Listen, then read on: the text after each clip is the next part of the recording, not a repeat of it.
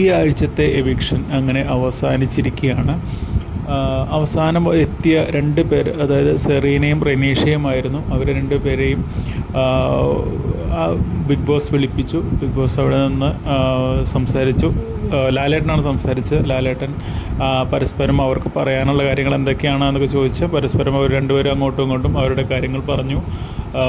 അവസാനം ലാലേട്ടൻ ഓരോ ഇംഗ്ലീഷ് അക്ഷരങ്ങളായി ഉയർത്തി കാണിച്ച് സി വന്ന സമയത്ത് എല്ലാവർക്കും മനസ്സിലായി സെറീനയാണ് ഔട്ടായി പോയത് എന്നുള്ളത്. റെനീഷ ബിഗ് ബോസ് വീടിനകത്തേക്ക് പോകുന്നു. അത് കഴിഞ്ഞ് പിന്നീട് കാണിക്കുന്നത് നമ്മുടെ സെറീനയെ സീക്രട്ട് റൂമിലേക്ക് കൊണ്ടുവരുന്നതാണ്. സെറീന സീക്രട്ട് റൂമിലേക്ക് കയറുന്നതും അവിടെ അത് കണ്ട് അതിശയപ്പെടുന്നതും ദൈവത്തിനോട് നന്ദി പറയുന്നതൊക്കെ ഇതാ ഇപ്പോൾ നമ്മുടെ ഈ എപ്പിസോഡിൽ കാണിച്ചേ ഉള്ളൂ. എന്തായാലും ഇതുവരെ ഒരു സീക്രട്ട് റൂമിനെ കുറിച്ച് ഒന്നും തന്നെ ഒരു സൂചന പോലും നൽകിയിരുന്നില്ല.